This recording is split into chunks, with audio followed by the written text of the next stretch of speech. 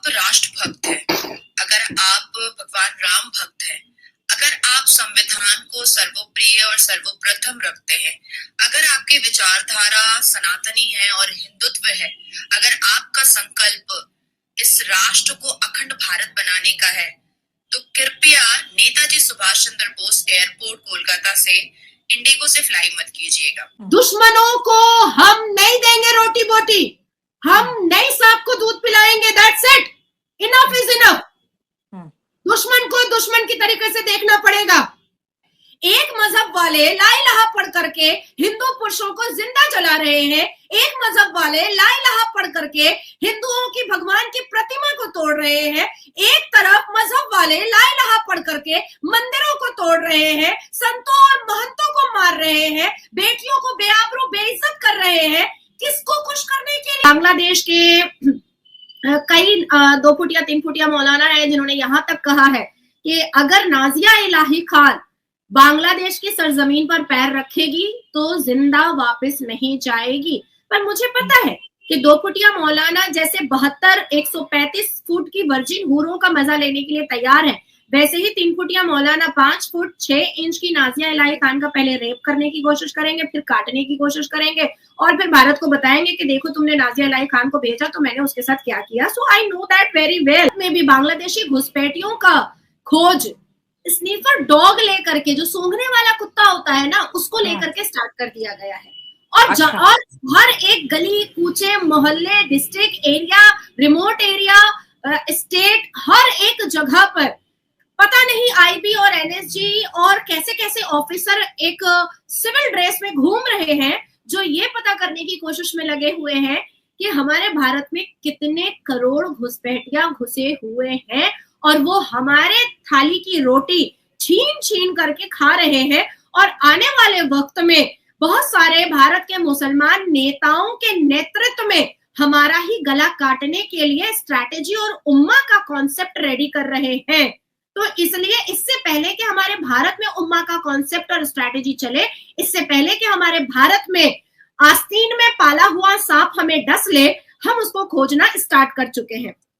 Hello दोस्तों, स्वागत है आपका नेशनल में। दोस्तों, आज की जो खबर है फिर से हम आपको बांग्लादेश लेके चलते हैं, जिसपे नाजिया ने, जो कि बांग्लादेशी नहीं, पाकिस्तान के मौलवी और जो भारत के मौलाना है और जो बांग्लादेश के मौलाना है, उन सबको अपने अंदाज में धोकर रख दिया। दोस्तों का नाजिया इलाही एक सुप्रीम कोर्ट की वकील है और इतना ही नहीं, और बीजेपी एक प्रवक्ता भी है और बीजेपी में पद में भी एक नेता भी है।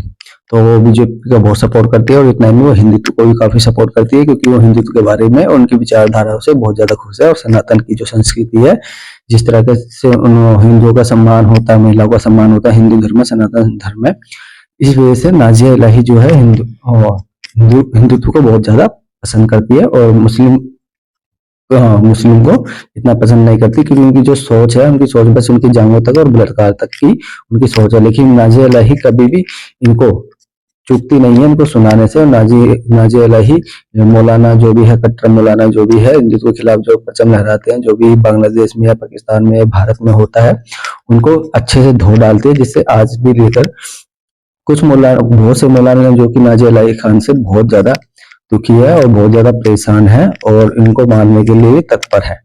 इतना नहीं दोस्तों, पहले आप ये वीडियो देखिए, फिर हम आपसे फिर से मिलते हैं। मैं साथ साथ शाला ये भी कहती चलूंगी कि कहीं ना कहीं शेख मुजीबुर रहमान बंगाबंधु और शेख हसीना से एक गलती तो हुई है और एक चालाकी पाकिस्तान से जरूर हुई है।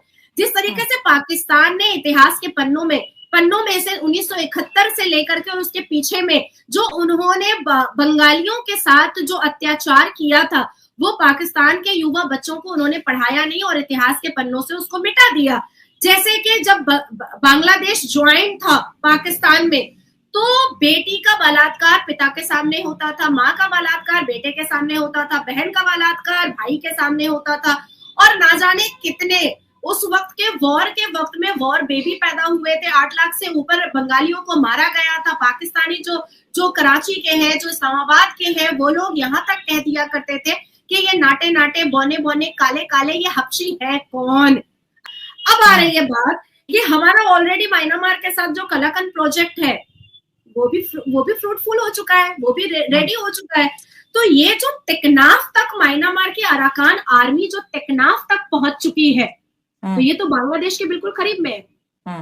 तो क्या होगा मोहम्मद यूनुस का? चक्की पीसिंग जो मैंने कहा था, क्या वही होने वाला है मोहम्मद यूनुस का? अब आती है बात कि बांग्लादेश की सरकार, मोहम्मद यूनुस ने भारत से 1 अरब बिजली ली थी, 1 अरब भीख मांग करके बिजली। अच्छा चलो, मुझे समझ नहीं आता है मुसलमानों को भीख मांगने की कैसी आदत है। जब देखो तब भीख मांगते रहते हैं, कभी फितरा के नाम पर, कभी ज़कात के नाम पर, कभी मदरसे के नाम पर, कभी चंदा के नाम पर, कभी मिलाद के नाम पर, कभी इस्तखारा के नाम पर, कभी तावीज के नाम पर। मांगना इन्होंने भीख ही है, मांगना तो। और पेट चलाने के लिए, आतंकी हरकत करने के लिए तो भैया पैसे की जरूरत होती है। अब पाकिस्तान ने मोहम्मद यूनुस को 40 kg RDX ऐसे तो नहीं दे दिया, पैसा तो लिया है पाकिस्तान की सरकार ने। तो 1 अरब की बिजली का भीख मोहम्मद यूनुस ने भारत से मांगा, और भारत ने अब अल्टीमेटम दिया है कि भैया वो 1 अरब रुपया वापस तो कर लो। तुम तो बड़ा जज्बे वाली कौम हो, मार देंगे, काट देंगे, लूट लेंगे, ये कर देंगे, वो कर देंगे। जोश आपके साथ है, जज्बा आपके साथ है, तो कटोरा लेकर के भीख क्यों मांगते हैं मुसलमान? लेकिन कहा जाता है कि इंडिया इस वजह से अटैक नहीं कर रहा क्योंकि ये बहाना बनाया जाएगा, अगर इंडिया बांग्लादेश की सरहदों पे अटैक करेगा म्यांमार की तरह, तो बांग्लादेश के अंदर जो हिंदूज हैं उनको और टारगेट किया जाएगा। तो इस वजह से भारत उनकी पॉलिटिक्स को समझ रहा है और इस वजह से अटैक नहीं कर रहा। और अगर भारत चाहे तो वो, जैसे आपने बोला कि 2025 के अंदर अंदर मोहम्मद यूनुस जेल जाएंगे, तो क्या इस भारत बांग्लादेशी हिंदुओं की वजह से रुका हुआ है? और जो ट्रेंड इंडिया के अंदर चल गया है कि जैसे बांग्लादेशियों को काम से निकाला जा रहा है, बांग्लादेशियों को इलाज से निकाला जा रहा है, बांग्लादेशी घुसपैठियों को निकाला जा रहा है, बांग्लादेशी मच्छेदों को निकाला जा रहा है, तो ट्रेंड तो चल पड़ा है, लेकिन बिना गन के, बिना न्यूक्लियर वेपन्स के। जब इंसान आंख से डरे ना, तो थप्पड़ नहीं उठाना चाहिए। जैसे मैं जब मुस्लिम पाड़ा मोहल्ला में जाती हूँ ना, तो मेरी शक्ल से और मेरी गाड़ी से लोग डर जाते हैं, तो मुझे चिल्लाने की जरूरत ही नहीं है, और थप्पड़ उठाना तो बहुत दूर की बात है। तो पाकिस्तान हो, बांग्लादेश हो, ईरान हो, सीरिया हो, ये सब भारत की आंखों से डरता है, हमारे आदरणीय प्रधानमंत्री की एक आवाज से डरता है, उनकी शक्ल से डरता है। तो फिर हमारे आदरणीय प्रधानमंत्री खामोशी से, जिस हिसाब से उन्होंने मालदीव्स को जोरदार तमाचा मारा था और मालदीव्स को घुटने के बल खड़ा करवा दिया था, वही हालत बांग्लादेश का भी होगा। हाँ, हमारी जो इंटेलेक्चुअल टीम है, उन्होंने कार्रवाई जरूर स्टार्ट कर दी है और बॉर्डर को इतना ज्यादा सिक्योर और सुरक्षित कर दिया है कि बांग्लादेश का परिंदा भी पर नहीं मार सकता है। तो दोस्तों, आपने सुना होगा नाजिया इलाही खान ने क्या क्या बयान दिया है मौलाना के तरफ। दोस्तों, बांग्लादेश पाकिस्तान में से भी ये खबर आई है कि वहां के जो मौलाना ने सीधा कहा है कि अगर नाजिया इलाही खान अगर बांग्लादेश में आई या पाकिस्तान में आई तो हम उनको जान से मार देंगे, उनका रेप कर देंगे। और दोस्तों, नाजिया इलाही खान कभी बांग्लादेश या पाकिस्तान नहीं जाएगी, क्योंकि उनको भी पता है कि उनके पीछे कितने मौलाना पड़े हैं। लेकिन आज भी नाजिया इलाही खान सच बोलने से बिल्कुल नहीं कतराती, नहीं डरती। लेकिन आज भी पाकिस्तान और भारत में और बांग्लादेश में ऐसी ऐसी औरतें हैं जो आज भी डर के साए में जी रही है और सच बोलने से कतराती। लेकिन नाजिया इलाही खान एक वकील है, सुप्रीम कोर्ट की बहुत बड़ी वकील है, जो कि अपनी बात से कभी पीछे नहीं हटती। वो कुछ भी बात है, जो भी उनको बात बुरी लगती है, वो सीधा बोल डालती है, चाहे उससे मौलाना वगैरह हो, चाहे कितनी बुरी लगे, चाहे उनको सरतन से जुदा करने के लिए उनको धमकी दो। आज तक नाजिया इलाही को मारने के लिए, जान से मारने के लिए भी काफी धमकियां मिल चुकी है। इतना ही नहीं, पाकिस्तान से भी और बांग्लादेश से भी और यहाँ तक कि सऊदी अरेबिया से भी नाजिया इलाही खान को जान से मारने की धमकी मिल चुकी है। इतना ही नहीं, उनका रेप करने की भी धमकी मिल चुकी है। लेकिन नाजिया इलाही खान इस चीज से बिल्कुल नहीं डरती और बेबाकी से अपनी राय रखती है और हिंदुओं के पक्ष में बोलती है। जो सही है दोस्तों, उसको वो सही बोलती है, जो गलत है उसको गलत कहती है। आज तो दोस्तों, बांग्लादेश में हिंदुओं के साथ जो हो रहा है, जो घटना उनके साथ घट रही है, जिस हिसाब से उनको प्रताड़ित किया जा रहा है, मारा जा रहा है, काटा जा रहा है और उनको जलाया जा रहा है, धर्म परिवर्तन उनके साथ किया जा रहा है, उनको लूटा जा रहा है, घर में घुस घुस के मारा जा रहा है, जान से मारा जा रहा है। इसकी आवाज हालांकि पूरे भारत में उठ रही है और सिर्फ भारत में नहीं, अलग अलग देश में भी उठ रही है। लेकिन मुसलमान के खिलाफ नाजिया इलाही भी खान उठ चुकी है, जिन्होंने काफी कड़ा विरोध जताया है कि जो ये मुसलमान कर रहे हैं, हिंदुत्व के खिलाफ कर रहे हैं, जो कि इनसे इनकी धारणा पता चलती है, इनकी कट्टरता पता चलती है कि हिंदुओं से कितनी नफरत करते हैं, कितने नहीं। और आज के टाइम में नाजिया इलाही ऐसे मौलानाओं से बहुत नफरत करती है और खुलेआम कहती है कि ऐसे मौलानाओं को जान से मार देना चाहिए और चौराहे पे बीच में लटका देना चाहिए। और इतना ही नहीं दोस्तों, नाजिया अलाई खान हर हिंदुत्व के लिए लड़ती भी है और साथ में हमेशा खड़ी रहती है दोस्तों, क्योंकि सच उनके लिए सबसे ज्यादा मायने रखता है, क्योंकि वो सीधा हर प्लेटफॉर्म पे कहती है कि चाहे सच कितना भी बड़ा हो, वो हमेशा सच के साथ खड़ा रहेगी, चाहे वो सच किसी भी टाइप का नुकसान पहुंचाएगी। लेकिन उनका कहना यह है कि सच कभी नुकसान नहीं पहुंचाता, सच हमेशा फायदा देता है। और सच सिर्फ मैं ही नहीं बल्कि हर एक नारी को बोलना चाहिए, जो कि इस्लाम धर्म से जो भी नारी परेशान है, जो भी आज दबाव में जी रही है, प्रताड़ित हो रही है, प्रताड़ना सहन कर रही है, उनको ये प्रताड़ना सहन नहीं करनी चाहिए।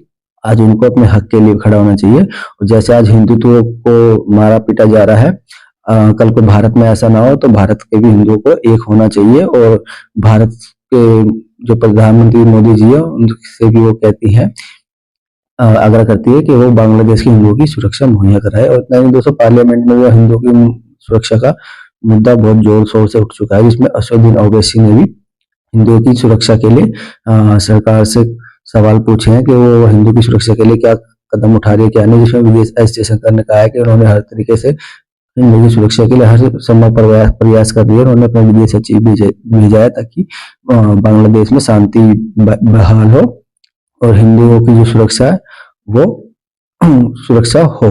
और जिससे अगर वो, उन्होंने कहा है कि वो हर तरह के प्रयास कर रहे हैं। इतना ही नहीं, यूनिस से भी बात भारत सरकार कर रही है और उन्होंने आश्वासन दिया है कि हम हिंदुओं की सुरक्षा करेंगे। अगर दोस्तों, लेकिन मेरे को तो लगता नहीं है कि हिंदुओं की सुरक्षा भी हो पाएगी। लेकिन इस टाइम पे बांग्लादेश के हालात जो कि बिगड़ते जा रहे हैं, लेकिन भारत ने कड़ा एक्शन लेना शुरू कर दिया। अभी तो फिलहाल भारत ने बांग्लादेश की सारी ट्रेड रोक दी। तकरीबन जो 6,000 6,500 सामान मान जाता है, ग्रोसरी का, आटा, दाल, गेहूं, चीनी वगैरह A to Z दोस्तों, जो बांग्लादेश जाता है, भारत ने बांग्लादेश की सप्लाई रोक दी है। और हजारों ट्रक जो कि है बांग्लादेश बॉर्डर पर खड़े हैं, लेकिन भारत ने भेजने से मना कर दिया है, क्योंकि बांग्लादेश में हिंदुओं को बहुत प्रताड़ित कर रहे हैं और हिंदुओं को बहिष्कार भी कर रहे हैं। तो जिस वजह से भारत ने अभी कड़ा कदम उठाया और आगे भारत ऐसे कड़े कदम उठाते रहेंगे। तो दोस्तों, हम वापस वीडियो पर आते हैं। नाजिया अली खान ने जो बातें कही हैं, जिस हिसाब से कही है, मैं तो उनकी बातों से बहुत ज्यादा सहमत हूँ, क्योंकि ये बेबाकी से राय रखती है और जो उन्होंने बात कही है वो एक एक बात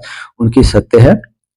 तो दोस्तों, अब भारत जल्दी हो सकता है कि भारत अपनी सेनाएं बांग्लादेश में भेज दे, ताकि बांग्लादेश को घुटनों पे लाया जाए और जो हिंदुओं के साथ उन्होंने किया उनको उनकी सजा मिल सके। तो दोस्तों, आज की फिलहाल इतना ही।